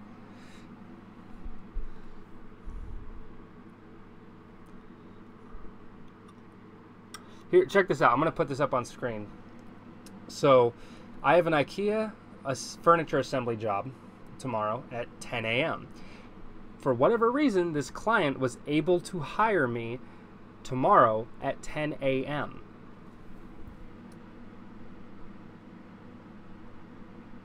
Isn't that some bullshit? That's something that TaskRabbit needs to fix. Yeah, for sure. You're gonna have to let them know right away. That's what I do. I always tell them. Then they get pissed off. Well, then, how come it showed you as available? I'm like, I don't fucking know, but I'm not available tomorrow. And it's like, that's a good job. It's a moving job. Moving jobs pay $27 an hour. That's great. I'd love to do it. I'm not going to have time. And I have no idea how long tomorrow's job is going to take. I could finish in 4 hours. I could finish in 8 hours. I don't know. Because it's you know, I'm not going to know until I get there. With one of those jobs. Yeah, it's one of those jobs. Hello. I would love to assist with this task. However, I am already scheduled with another client at 10 a.m. tomorrow. And you should let them know that it's not the first time it's happened to you. Yeah, I'm going to let her know. I don't know why. I think the reason is because it's an IKEA task. Because the IKEA tasks are a little different than a normal client. Because when you get it... Doesn't block your TaskRabbit calendar? I mean, on my end, it shows me that it is blocked. But like, it's one of the weird things is I could have a task at 10 a.m., but someone can hire me at 9:30 for a 4-hour job. And it's like... It shows in my schedule that from 10 a.m. to fucking 6 p.m. I'm completely blocked off. But if they can either, they have to, normally the way it is If I'm booked for 10, they can't hire me for 10, but they can hire me for 9:30 or 10:30. You know what I mean? I don't know why. It shouldn't be that way. A lot of people have had this issue and they still haven't fucking fixed it yet. Yeah, that's an interesting one. I know I've had issues with my calendars and the different Airbnb and VRBO. VRBO. You told me that one. What's that? Yeah, vacation rentals by owner. It's part of the Home Away family. They have a bunch of websites.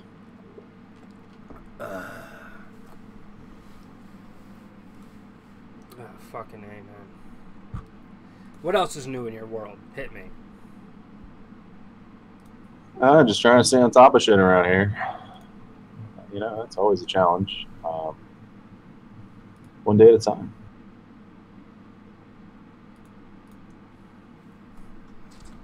Doing construction around here myself.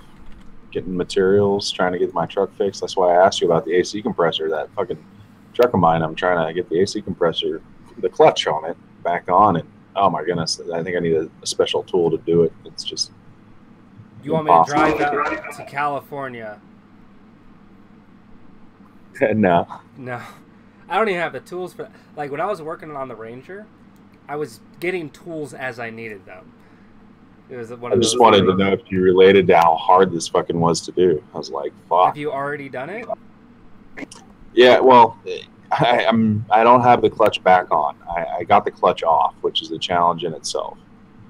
But sometimes when your AC goes, the wheel that holds your serpentine belt will freeze up. The clutch, the bearings in there will get blown out.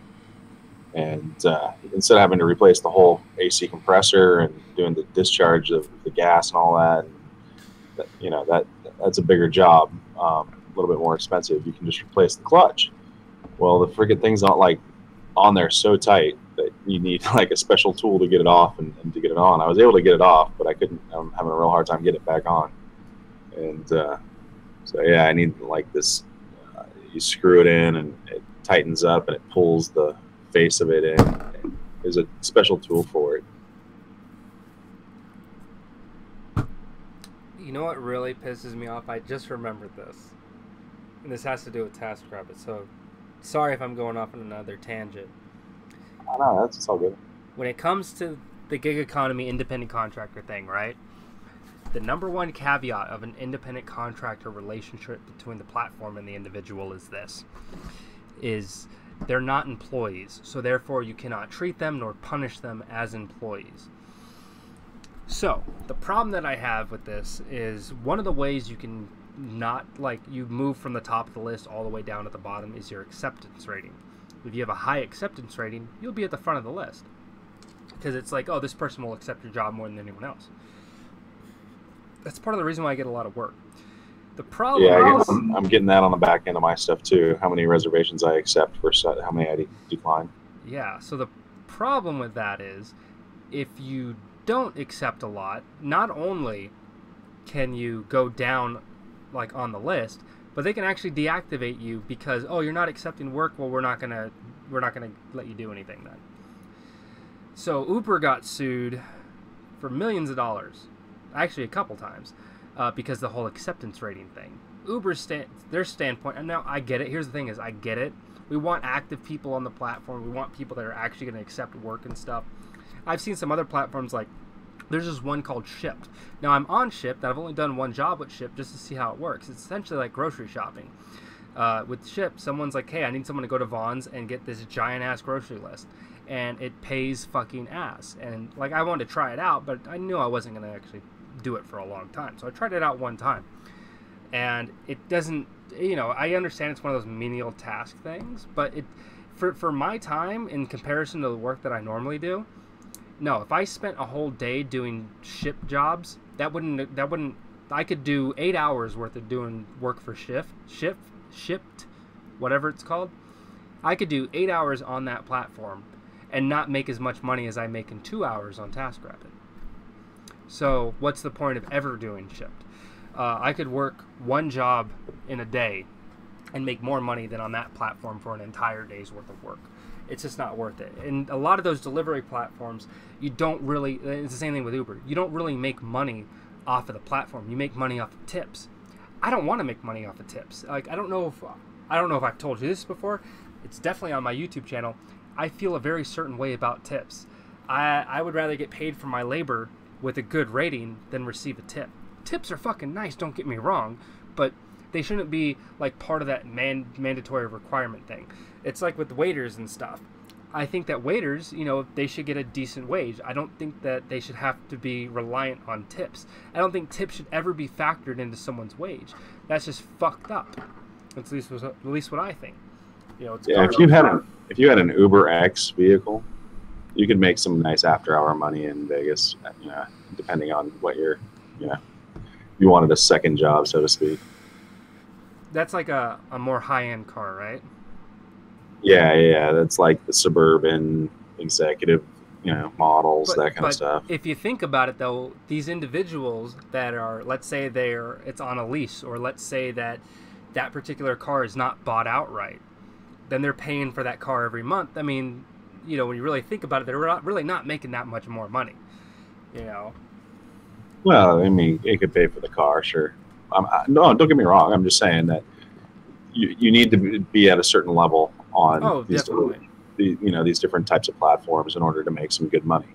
You know, there's always the entry level, like, you know, this is the best I can do, make a few extra bucks while I'm at school or something, or, you know, there's just, you know, people enjoy it. Some people just enjoy it.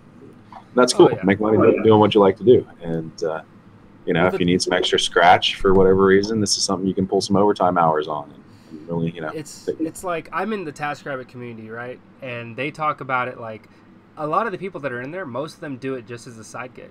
I'm one of the very, like, realistically, not a lot of people do TaskRabbit full time like me. So, yeah, it's like, that could be another reason why I get a lot of work. And it's like, I'm not saying this for everybody. Not everyone can do this shit full time. Sometimes, like, your life is structured in such a way. For me, if I can work 2 full weeks, like 2 8-hour day, like if I can work 10 days out of the month, that's a full 2 weeks worth of working at a regular job. If I can do 10 days with 8 hours a day, then I'm set for the month. You know, like, that's how I'm structured on TaskRabbit to be good to go. Now, obviously, I'm not really working that much. It's really spread out through the month, but it usually by the end of the month it tallies up to that amount. Yeah, that's nice, man. Nice. And not everyone can do that. And it's like, a lot of people in the community, it's rough, you know, but I have like this very big business mindset where I understand where the platforms are coming from. But when it comes back to the acceptance thing, it's like, I found a way around it, which is very risky, because... Did you let that lady know that you could help her the next day if she still needed it? Yeah, but she hasn't written anything back yet, so... You see what I'm saying? Like, I always make sure, like, hey, I might not be able to help you, but, you know, look for me, or, you know, just here's another way I will be able to help you now, or that kind of thing. Yeah. So if I get out early tomorrow, I'll let you know, and, you know, something like that. Oh yeah. I mean, keep business on the table. That's, you know, sometimes I have multiple reservation requests, and I'm like, I have a pending request, but it might fall through, so I'll let you know, within the next 24 hours. I'll let you know within the next 48 hours, and things like that. Just keeping them on the table and doing a bit of juggling, and, Well, usually what happens is like this. It's the same thing. Like, hey, I'm busy today. I don't know why it showed me as available. I'm busy. I'm available at this time. I tell them my schedule. Like, hey, I'm free all day tomorrow, basically. Like the day after, I'm good to go. No problem. For this one, this is in her description. She just moved. She needs help loading. Like, she's got her trailer in front of the house or the apartment or whatever. So she immediately needs someone to show up tomorrow morning, take the stuff from downstairs and put it upstairs. So that's not really something that I'm pretty sure she's not going to be able to wait. But no. So I found a way around the whole acceptance thing. If I cancel on someone, if I forfeit a job, if someone hits me up and says, hey, I need you to do this, and like, actually my schedule's kind of booked for the next week, I'm free on this time, and they're like, oh, well, I just don't want, I need someone tomorrow, don't worry about it. I'm like, okay. When that person has made it perfectly clear that they're not going to use my services, I request that they cancel the task. 50% of the time, they cancel it on their own. But if I've talked with a customer and we can't come to an agreement of me working with them, I tell them to cancel the task. And the reason for that is because of how their acceptance rating is. If the customer cancels the task, as long as it's not confirmed, they don't get feed or anything like that. If the customer cancels 24 hours out, then they get feed, because that's we talked about this ahead of time. You're scheduled into me. TaskRabbit, they do a cancellation fee. It's like, we already put that time aside for you. You're not going to do it. Oh well. But the reason why I have them do it is because nothing happens to the customer. Like, I've literally had people that, like, sometimes, like, I'll be forced to cancel it on my own. Like, I'll forfeit it because people just don't get it. Because they, for whatever reason, they think that I am TaskRabbit. Like, me personally, like, So, like, I've had this guy, he hired me to do a job that pretty much damn near no one would do out here.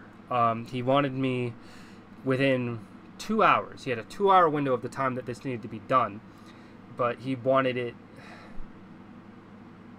what was it? It was something about it was a moving job. He wanted me to move from one house to an apartment. And it was a 5-bedroom house going to a 3-bedroom upstairs apartment. And he had 2 hours to get it done. And he wanted to hire just one person. I asked, well, if you hire additional taskers, I'm sure we'll be able to get it done quickly enough. It's like, oh, I only got enough money for one person. And I only have enough money for one person for 2 hours. And you need to provide your own truck. But I need the truck big enough so that it's one trip. And it's like, that's pretty big. And I was kind of saying that's kind of out of the realm of possibility. That's a bit much. And he's like, well, I hired you, so you got to do it. And I was like, I was very cool. I was very calm. And I was like, look, that's kind of an impossible task that you're asking me to do all of that on my own. And I asked him, are you going to help? It's like, well, no, that's why I'm hiring you, so you can do it. And I'm like, I can't do that, like, on my own in that amount of time. And I was like, all right, so what if I rented a U-Haul and then expended it to the task? And it's like, well, I don't want to pay for a U-Haul. That's why you have to have your own truck. And I'm like, that was back when I had the Ranger. And I'm like, well, I got a truck, but it has a shell on the back. Well, you got to take the shell off. And I'm like, I can't take the shell off. I don't have anywhere to put it. And he's like, well, you have to figure it out. And I'm like, I kept going into, like, everything with him, trying to be cool and trying to, like, get him to realize that what he's asking for is inane.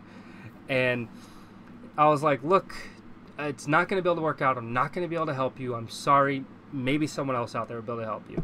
And he's like, well, fine, I want my money back. And I'm like, well, what do you mean you want your money back? He's like, yeah, I hired you, and now you can't do the job, so I want my money back. I've already been charged. And I'm like, no, you haven't. No, you haven't. No, there was no, I never confirmed the task. There was no invoice. He's like, well, you have to cancel then.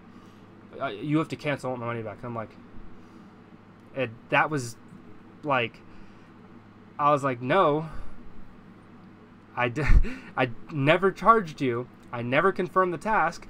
All you got to do is cancel the task and find someone else. And that's the hard part, is because if the client cancels the task, they can rate you, which they need to fucking get rid of. So if the client cancels, for whatever reason, they can rate you. So here's the thing. Oh my God, this really annoyed me. This lady, and we were talking for 2 weeks in advance. She lived in, where was it? Portland, Oregon, I think. And she was moving from Oregon to an apartment down in Las Vegas. And she had just retired, and she's like, I want to live in Las Vegas. I'm set up to live down there. I'm all good to go. I've got movers moving from Portland, moving me down there, and I'm going to take a flight down, and then by the time I land, my house will be set up good to go, nothing to worry about. And I just want to hire you as additional help. And I'm like, perfect. And I was trying to get a hold of her, and finally she wrote me in the chat her phone number, because for whatever reason it wasn't working when I tried calling her. So she gave me her phone number, I talked to her, everything was good to go and all this stuff. And she's like, I don't have a laptop and I do not have a smartphone. Because I hired you and then packed my laptop away. So this is, talking via text was the only way that we could do anything. And I was like, all right, fine. So now we're talking, and we kind of arranged everything. And she was going to go out and get a new phone, a smartphone, so that she could arrange all this stuff. And so she had a smartphone. Older lady. So initially what happened was, for whatever reason, she hired me for the same task twice. And I didn't confirm them or anything, because I wanted to talk to her about it first. And I spoke with her on the phone, and I was like, hey, just so you know, I'm going to confirm one of the tasks. The other one is still going to be open. But as soon as you get that new phone and you sign into your thing, make sure you cancel that other one, because it'll mess up my schedule if you don't, and I don't want you to get a fee or anything like that. And she's like, okay, that's fine. Here's what happened. The night before, or the day before, I'm trying to call her to arrange stuff. I call, I shoot her messages in the chat, try to arrange everything. She gave me the phone number for the movers. I was calling the movers, seeing if they can get a hold of her. I couldn't get a hold of anyone. And so finally I was like, well, I know she did get a new phone. I got to figure this out. So this is what I did, though, is I went into the phone, in my phone, I canceled the task that I never confirmed. I just forfeited it. I'm like, you know what? I was going to go get my metrics. I'll take the hit, whatever. I'm supposed to go help this lady. I don't want it to be all messy. So I canceled the one that was pending or whatever, the one that I never confirmed. The next day, I drive there. I get there 30 minutes early, okay? Because because she said that the movers might arrive early, but they weren't answering the fucking phone. So I get there 30 minutes early. 30 fucking minutes earlier than the time that she had posted. And I'm there, and I see a moving truck, but she never told me which one it was. But it's kind of over by the building where she's supposed to move. I'm like, though, that's probably them. And so I tried calling again, and I see the guy pick the phone up out of his pocket, doesn't recognize the number, like hangs up on it and then puts it back in. And I drive over. I'm like, hey, are you such and such? And he's like, yeah, I just tried calling you. I'm the guy that so-and-so hired. And he's like, oh. And I'm like, I've been trying to get a hold of you for a while now so we could arrange things, and that's why she gave me your number. And he's like, oh, yeah, I just didn't know what your phone number was, so I just, didn't bother answering. And I'm like, what the fuck is wrong with this guy? They're already done. They arrived an hour before I even got there. So I'm like, what the fuck? And I was talking to him. He's like, well, yeah, she said that you canceled on her last night. And I was like, no, I didn't. And I pulled up my phone. I showed him the app. I showed him our conversation. And I was like, here's what happened. She hired me for 2 different tasks. So for the one that, for the extra one, I just canceled it because I don't want to charge her twice for the same job. I wanted to make it a smooth, easy transition for her. And he was like, oh, well, she just got a new phone, so I haven't been able to get a hold of her. I do know that she's arriving at the airport in about 30 minutes, so, I know that her sister or something's going to go pick her up. And I was like, so you guys are already done? And he's like, yeah. And I'm like, all right, well, I've tried getting a hold of her. I'll figure this out. So I called support, told support what the mistake was, and I was freaking out. I thought I was going to get a negative review for it, which is why I called support to let them know, like, yo, just in case, I want to make sure I don't get a negative review. This is bullshit. So what ended up happening is they internally canceled the task, and I got paid the cancellation fee. But holy shit. It's like, I do everything I can to really honestly help people. Of course I'm trying to make money. That's the reason why I do all of this. But I try to be open, transparent, and honest, and people make it just so fucking difficult. It's like, it's so weird. Like, when you're open and honest in the world, it's so hard to get ahead. But if you lie, you're not transparent, you're not very open, it's very easy for snakes to slither through. It's just so fucked. Not always, man. Not always. True, not always. Anyway, I was going to say, I think good people make good relationships, and they find a way. They never go without food. They never go without shelter. They recognize they have people that will, be there for them in time of need, because they develop those relationships. So if you're selfish, you're not trying to nurture the relationships you have with people and make a difference and be, you know, a positive, you know, and make things a good experience for people, you know. Yeah, it's that's how you get ahead, really, is making the effort to make life better for the people around you, no matter who you interact with. Yeah. I've been bitching about TaskRabbit too much. Where the fuck is Gig Stacker at? Yeah, where's Chief? Chief Puppet. Looks like No idea. Looks like he's playing Battle Right. What the fuck is this? Oh, that's the bubbler? Yeah. So I figured out where it is. It's right in the front. Remember the big hedges that span across the front? Oh, yeah. They want me to plant another shrub, like I did with the other ones. Wait, you can't just get rid of it? Nah. Oh, that's right. That's what you wanted to do last time. They're like, no, if it's there, you have to do it. I can't believe it. It's so bizarre that you're. I mean, is every plant fucking like scripted in the whole neighborhood or something? Like, how did my property get like designated plant areas? Like, I can't pull the lines at all. What are you talking about? But I guess you got to get landscaping improved. So, but yeah, I need to put one more 5 gallon down in there. You know what's fucked up? It's What's not that. that? I'm exaggerating this, obviously. So, a fellow guy on YouTube, we go back and forth all the time. He's actually been on the program before. You've talked to him. Jackknife Finnegan, Southern dude. Like, Yeah. he told me a while ago he was planning to come out to Vegas. We're like, oh, sweet, let's hang out. Let's at least, meet together, right? And then I see him on his live stream. He's in fucking Vegas. He's over by the Excalibur, right? And I'm like, whoa, dude! I didn't realize it was gonna be that quick. Sweet, we gotta find time to hang out. And we talk in Discord. This motherfucker's like, oh yeah, where do you live? I'm like, oh, I live over here. Like, let's arrange some time. He's like, totally. Never hear from him. And then a few days later, I'm at a job and I'm in, waiting for another guy to show up, and I look on his live stream, I see him playing video games, and I go in and shoot the shit. He's like, oh, we're already back home now. And I'm like, what the fuck, dude? Like, he was with his family, so obviously, no hard feelings about that. But if you came to town, I know for a fact that we would finally do something. So. Oh, no doubt, man. No doubt. I promise if I come into town, we'll hang out, man.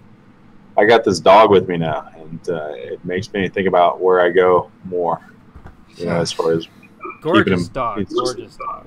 He's a big dude. Not easy to just drop him off somewhere. Yeah, right? You can have dogs in hotels out here, right? Yeah, some of them. Just some of them? Yeah, not all the major ones. Well, I mean, you're not allowed to bring them like in the Rio or the ones on the Strip. Yeah. Some of the fucking places on the Strip just make me laugh. It's the Cosmopolitan and the ones connected to it, like the Aria and whatever the other one's called. Like, they're all trendy millennial fucking stupid shit. Right. I mean, SLS is exactly the same way. It's like millennial, trendy, New York fashion, whatever. But I've stayed at SLS and it's pretty dope. And actually, their customer service is nice too. Like, me and Fake Wife, our first big getaway as a couple was November 1st, and we stayed the weekend. We stayed a couple nights at Hooters, but we also stayed at SLS.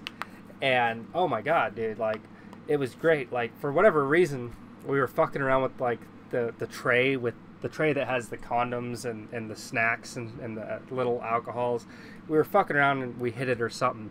And we didn't realize it until we went to leave, but we had like $300 worth of fucking shit that was added. Yeah.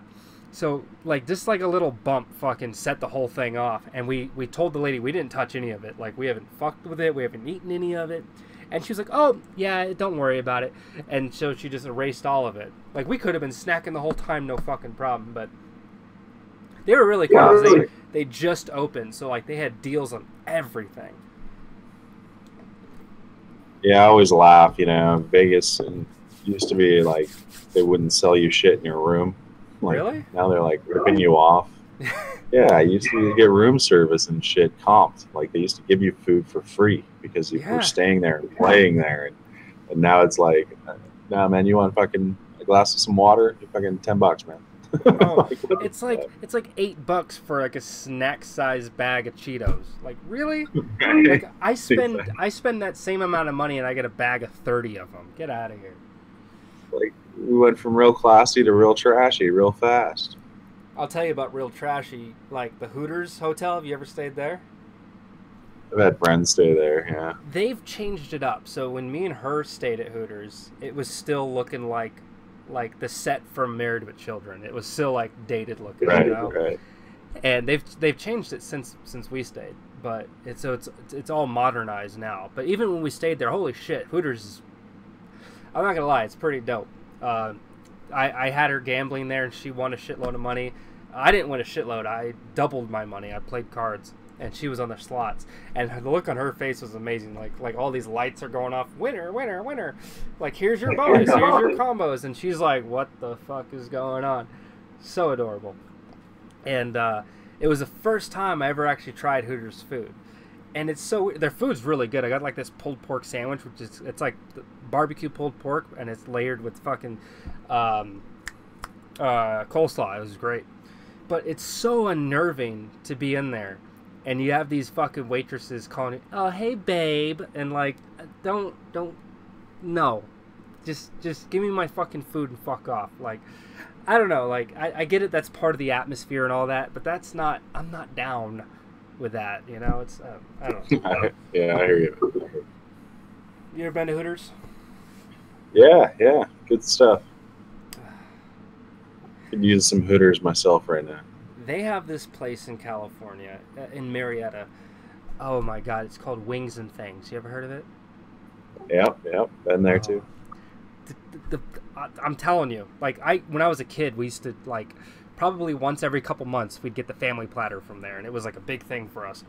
Holy shit, the best fucking boneless chicken wings I've ever had in my life are from there, and I haven't had it in years. I don't know if the quality's been improved or not, but They used to be cheap, man. They Oh, used to be God, cheap yeah. to get those things. Now they're like a delicacy. It's like they're fucking rare or something now. Come on, man. I think it's because they started franchising out. Like they started getting a lot bigger, so like, oh well, more people like us, let's charge more.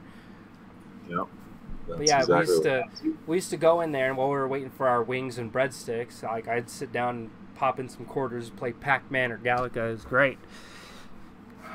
I used to be able to order wings, like a ton of wings, and fucking $5, right? And now you order wings, and it's like more than your pizza. It's like, what the fuck? Yeah, I think it's like they have like a family pack, which it's still not even that much. It's like maybe 2 or 3 wings for 4 people. It comes with the wings, breadsticks, and carrots and celery, and it's like $32. Like, what the fuck is this? Right? It's like with KFC. You go to KFC and get a bucket of chicken, it's like $30. You go to Popeyes, you can get the same amount of chicken for like $10. Crazy. Or you can go to Albertsons and get chicken for like $8. You can get like a whole chicken. Albertsons chicken. Look at that shit. Yeah, I get the rotisserie chickens from giving the carcass to my dog. Oh, yeah. All right, any closing remarks? I'm going to go spend time with fake wife. Sounds like a plan. No, man, just always good to hang out. And yeah, let me know what your thoughts are on making another business deal. Oh, yeah, definitely. Send me the link for the Flat Earth thing, and I'll check it out. I thought I sent you an invite. Did you? Yeah. Did it not show up? I probably didn't click on it. Because usually when I get off, I'm off, so... Let me see. I don't see any. No. Oh, wait, did you do it in the chat? Or did you do it... Hold on. Let me check. I right-clicked on your name. You right-clicked my name. Because I looked in our chat log, I don't see it. Maybe is it in stream or general discussion? I remember this when we talked about the fucking phony-ass fucking jetpack bullshit. And that, you know... Hey, just Google search it. Oh, okay. Oh, it's like the biggest one. Yeah, it's called 24/7 Flat Earth Discord. 24/7 Flat Earth. Oh, there we go. Discord servers. Welcome to Odd TV, where sci-fi and fantasy merge with reality. Discuss general flat Earth and other conversational topics. Discussions ranging from flat Earth science to the Big Bang, NASA to Newton. Join serious scientists and curious truth seekers. Is that it? Yep, that's the one. Log in. Yeah, I chill in there and shoot the shit all quite often. And I know all the mods, so let me know if you have any issues getting in. It says redirecting you. Is it? Where is it? Let me go back to Discord real quick. Boom. Alright, that's a lot of shit to read. Oh, wait, what? You must be a member for at least 10 minutes to send messages in this server. Okay, that's fine. Yeah, there's a lot of shit to read here. What? That's the map? What the new standard map of the world? What the fuck is this, dude? Hold on. Hold on. You're getting me, man. Oh, it's like a... Oh, what is... It's a really... Alright, so I can't zoom in to actually read it, but... That's the map that's used. Like, that's the official map of the Flat Earth Society. Well, Flat Earth Society, I don't know if you went to their site, but we're not Flat Earth Society. Or, I'm sorry, the 24/7 Flat Earth Discord. That one. No, man. Well, like I told you, some people subscribe to that one. That's the one with the ice wall that goes all the way around it, and other people know it's complete and total bullshit. So come on. It's sort of We like... gotta at least agree on something. The ice wall, that's a bit... Come on. Yeah, right? yeah. Okay. No, I feel you, but at the same time, it helps people understand, like, there are ways that, we could live on a flat, ocean contained, people have issues with things and the sun and the moon and how they would work, and just, it's an idea that helps people in some ways. In other ways, it's sort of the trap. It's basically what you're looking at with that map is the globe squished. It's a top view of the globe. It's a globe interpretation, and that's definitely not where we live. But well, it's completely like I tried to tell you before, there is no map of the Earth, man. There's not one. You point one map out that you think is accurate, and I can find 10 different things that are not accurate about it. All right, Google Earth. Yeah. Well, Google Earth is pretty easy to look at and go, well, which one? They scale the one wrapped around the ball, the one zoomed in real tight, which one are you talking about? Because the one that, is the whole Earth is Antarctica, goes 20,000 miles across, like from end to end of the Earth. It spans all continents. If you look at that one, you're like, well, what the fuck? How big is Antarctica then? If you were to unravel a ball and you look at the equator, is the longest distance east to west, and as you go north and south, it would shrink, right? So it would be less and less distance east to west as you go further north and further south. So your true map, if you believe in a ball, would be a triangle map. And tell me, have you ever used a triangle map or a diamond map?